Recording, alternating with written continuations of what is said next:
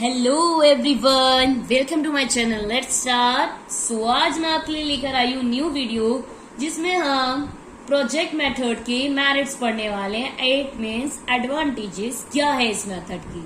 Last video मैंने आपके साथ स्टेप्स डिस्कस करे थे प्रोजेक्ट मेथड के, बट नाउ अब इस वाली वीडियो में हम इसके मेरिट डिस्कस करेंगे। It is a psychological method because it provides the activity centered education and child centered education। ये साइकोलॉजिकल मेथड है और कहीं ना कहीं एक एक्टिविटी सेंटर्ड होती है एंड चाइल्ड सेंटर्ड होती है। प्रोजेक्ट मेथड जैसी एक्टिविटी में बच्चे काफी एक्टिवली पार्टिसिपेट करते हैं एंड जो भी प्रोजेक्ट प्रिपेयर किए जाते हैं या चूज किए जाते हैं बच्चों की, स्टूडेंट्स की नीड को, उनकी एबिलिटीज को, इंटरेस्ट को ध्यान में रखते हुए चूज किए जाते हैं एंड उसके अकॉर्डिंग ही बच्चों को प्रोवाइड कराए जाते हैं। The child can easily develop the quality of independent thinking, creative thinking and a sense of corporation through this method. इस मेथड के दौरान बच्चे में एक डेवलपमेंट होती है किस चीज की, इंडिपेंडेंट थिंकिंग की। वो इंडिविजुअली सोच पाता है, क्रिएटिवली सोच पाता है, सेंस ऑफ कॉपरेशन, एक साथ मिलके कैसे कोई वर्क डन किया जाता है बच्चा ये भी सीखता है। It develops the good feeling in children about the values of dignity of manual। ये गुड फीलिंग बच्चों में डेवलप करता है कि जो वैल्यू होती है कि किस तरह से वर्क को डन करना है, डिग्निटी मेंटेन करते हैं बच्चे। Then your fourth point is it declines the habit of rote learning and develop the reasoning power through mutual exchange of ideas। जो rote learning, रट्टाफिकेशन जिसे हम कहते हैं, वो वाली जो लर्निंग होती है वो डिक्लाइन होती है एंड बच्चों में रीजनिंग पावर डेवलप होती है। वो म्यूचुअल एक्सचेंज करते हैं आइडियाज को और उसके दौरान समझ पाते हैं। It establish the correlation between the subject and the real life of the child and also establish coordination in the knowledge of different subject. कहीं ना कहीं ये कोरिलेट करता है, सब्जेक्ट एंड रियल लाइफ को मिला के क्लास में क्रिएट किया जाता है प्रोजेक्ट एंड बच्चे को कोऑर्डिनेट करना आता है एंड नॉलेज भी डेवलप होती है डिफरेंट सब्जेक्ट की। जब हमारा जो टॉपिक है वो रियल लाइफ एंड सब्जेक्ट दोनों से रिलेटेड है तो बच्चों से अच्छे से और एक्टिवली समझ पाता है और उस चीज में पार्टिसिपेट करता है। As child excuses to project in group and its result is the full development of democratic quality. As child को मतलब हम बच्चे को ये देते हैं कि वो ग्रुप में वर्क करे तो इससे उसकी फुल्ली डेवलपमेंट होती है। क्वालिटीज, कई सारी डेमोक्रेटिक क्वालिटीज होती हैं जो डेवलप होती है बच्चे के अंदर। It provides the opportunity is children for getting the incidental knowledge through practical and experimental work. और बच्चों के पास कहीं ना कहीं अपॉर्चुनिटी भी होती है, वो इंसिडेंट के थ्रू भी कर पाते हैं। प्रोजेक्ट के दौरान जो मिस्टेक्स होती है या जो एक्सपेरिमेंट के दौरान जो मिस्टेक्स होती है उससे बच्चे सीखते हैं, लर्न करते हैं, तो वो भी इंसिडेंटल नॉलेज में उन्हें मिलती है। And the last point is it is based on learning by doing and the principle of individual difference. That's why it is very helpful in developing the self discipline and confidence among the children. ये कहीं ना कहीं learning by doing पे depend रहती है, based होती है, बच्चे खुद से करके सीखते हैं।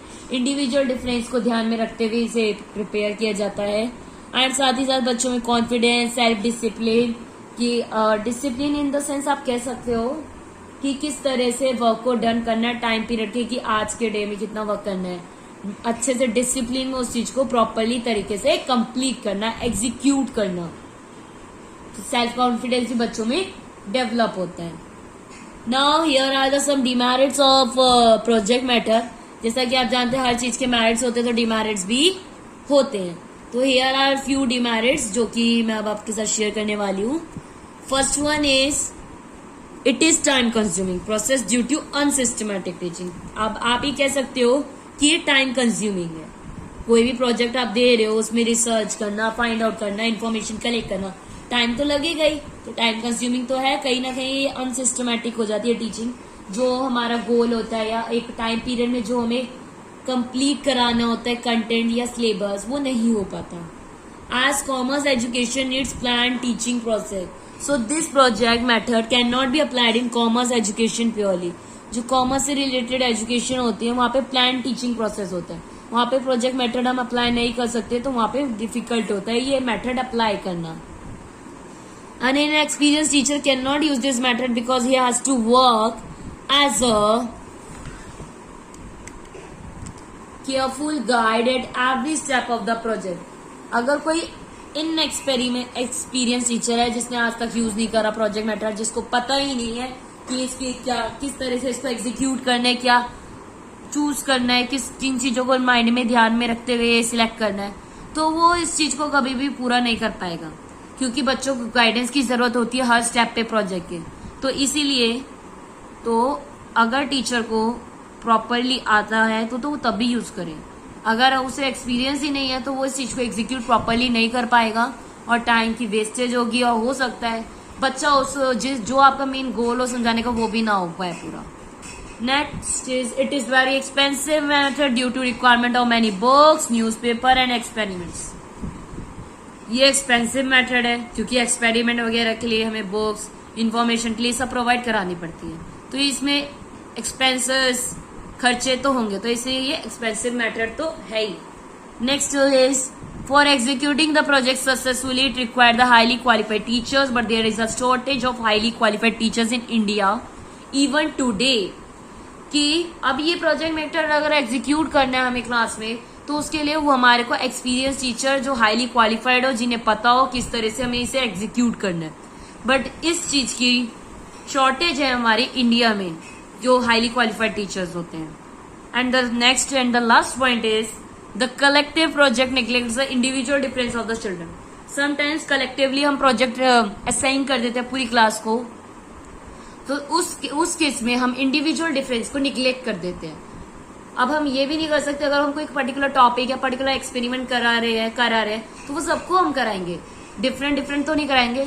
तो उस केसेस में कई बार इंडिविजुअल डिफरेंस का जो मेन पॉइंट है वो निग्लेक्ट कर दिया जाता है, उस चीज को ध्यान में नहीं रखा जाता। At the end the conclusion of the project method is after analysing merit and demerits of project method we find out that project method is very important method for clear and permanent knowledge. Project is a activity willingly undertaken by the pupil in which emphasis is put on learning by doing. जो ये project method होता है इसमें ये कहीं ना कहीं permanent learning तो देता है, परमानेंट नॉलेज, क्लियर नॉलेज ये तो देता ही देता है। और कहीं ना कहीं कई सारे स्टूडेंट्स, काफी मैक्सिमम ऑफ स्टूडेंट्स जो हैं वो इसी चीज पे जोर देते हैं कि वो खुद से करके सीखें, क्योंकि बच्चे जितना करके सीखते हैं वो कम्युनिकेशन या लेक्चर मैटर या इन सब मैटर से नहीं सीखते। जब वो हैंड ऑन एक्सपीरियंस मिलता है, खुद से करके कुछ चीजें लर्न करते हैं, तो वो परमानेंटली सीखते हैं। ये थे आपकी आज की वीडियो जिसमें हमने मेरिट्स एंड डिमेरिट्स कंप्लीट कर दिए अपने इसकी प्रोजेक्ट मेथड के। आई होप आपको समझ आएंगे। एंड कमिंग अब आपको पता है कमिंग मंथ में आपके एग्जाम्स भी आ रहे हैं, डीएसएसबी के भी कुछ एग्जाम्स है, पीजीटी से रिलेटेड, एनटीटी से रिलेटेड, एंड तो उसके रिलेटेड भी आपको पेडागोजी काफी हेल्प करेगी आपको उन एग्जाम्स को सॉल्व करने में। सो मैं कोशिश यही करूंगी कमिंग वीडियोस में ज्यादा से ज्यादा आपके पास कुछ ऐसे इंपॉर्टेंट टॉपिक्स जो जरूरी है वो शेयर करूं, या जो इम्पोर्टेंट बाय नोट्स है वो आपके साथ शेयर करूं, ताकि आप उन नोट्स को पढ़ के आगे अपने जो नॉलेज है वो कंप्लीट कर सकूं। छोटे छोटे नोट्स में आपके साथ शेयर करूंगी जल्दी। सो आज के लिए इतना ही। वीडियो अच्छी लगी हो, हेल्पफुल लगी हो तो वीडियो को लाइक शेयर तो कर ही दीजिएगा। कमेंट में भी जरूर बताएं कि आपको वीडियो कैसी लगी, कितना समझ आया।